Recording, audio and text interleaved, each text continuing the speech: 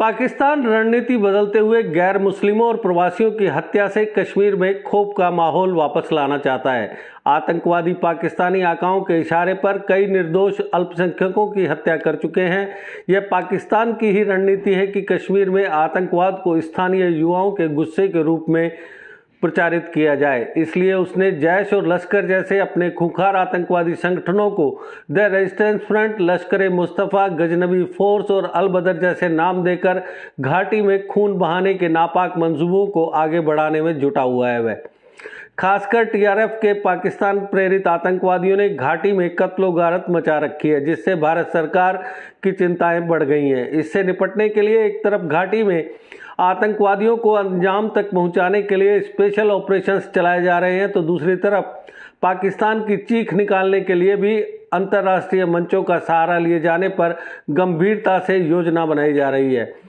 पूरी संभावना है कि भारत फ्रांस की राजधानी पेरिस में आयोजित होने वाली फाइनेंशियल एक्शन टास्क फोर्स यानी FATF की मीटिंग में पाकिस्तान को पूरी तरह से निचोड़ दे।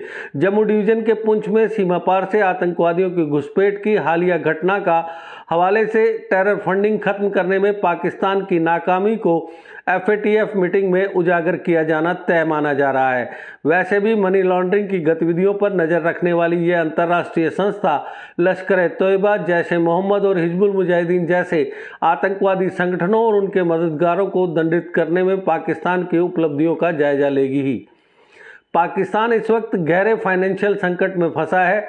उसके पास सरकार चलाने का खर्च तक नहीं है। इस कारण वह अंतर्राष्ट्रीय मुद्रा कोष यानी IMF के सामने बार बार गिड़गिड़ा रहा है। द न्यूज़ इंटरनेशनल की एक रिपोर्ट के मुताबिक पाकिस्तान को जारी फाइनेंशियल ईयर के लिए कम से कम 23.6 अरब डॉलर की और अगले फाइनेंशियल ईयर के लिए 28 अरब डॉलर की फाइनेंशियल हेल्प की ज़रूरत है। इतने पैसे उसे बाहर से ही जुटाने होंगे, लेकिन FATF उसकी राह में बड़ी बाधा बनकर खड़ी है। पाकिस्तान दुनिया भर की मदद तो चाहता है, लेकिन इंटरनेशनल रूल्स की उसे परवाह नहीं है। ऐसे में भारत ने आतंकवाद को हवा देने का अंजाम तो उसे भुगतना ही होगा। ध्यान रहे कि चुन चुनकर गैर मुस्लिमों और प्रवासियों को मारे जाने के बाद आतंकवादियों के खिलाफ विशेष ऑपरेशंस में भारत के 9 सैनिक शहीद हो गए हैं। सिक्योरिटी फोर्सेज के ज्वाइंट ऑपरेशन सीमावर्ती जिलों पुंछ और राजौरी के फॉरेस्ट एरियाज में जारी हैं। हालांकि आम नागरिकों की हत्या की हालिया वारदातों में लश्कर-ए-तोयबा समर्थित TRF की भूमिका उजागर हुई है, लेकिन सिक्योरिटी फोर्सेज के ऑपरेशंस सिर्फ आतंकवादियों तक सीमित नहीं है। मामले से वाकिफ एक सूत्र के मुताबिक CRPF और जम्मू कश्मीर पुलिस ने अब तक 600 से ज़्यादा संदिग्धों को निशाने पर लिया है, जो हिजबुल जमात और जैश से जुड़े हो सकते हैं।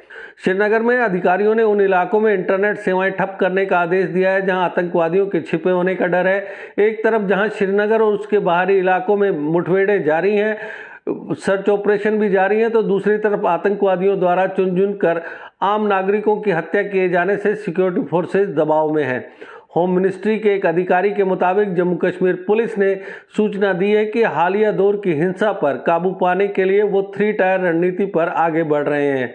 एक तो सिक्योरिटी कवर को बढ़ा दिया गया है और दूसरा हत्याओं के लिए जिम्मेदार आतंकवादियों और आतंकवादी समूहों की पहचान की जा रही है। वहीं प्रवासियों को शेल्टर कैंपों में शिफ्ट किया जा रहा है। Union home minister Amit Shah भी इस सप्ताह जम्मू कश्मीर के दौरे पर आ रहे हैं। उम्मीद की जा रही है कि इस दौरान प्रदेश में विकास कार्यों और सुरक्षा व्यवस्था की स्थिति की वे समीक्षा करेंगे।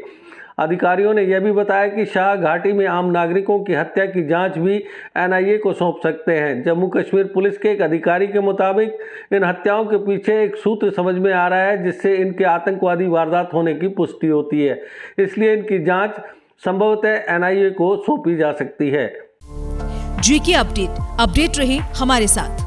अगर आप ये वीडियो YouTube पर देख रहे हैं तो हमारे YouTube चैनल को सब्सक्राइब करें और बेल आइकन को क्लिक करें। अगर आप ये वीडियो Facebook पर देख रहे हैं तो हमारा Facebook पेज लाइक जरूर करें।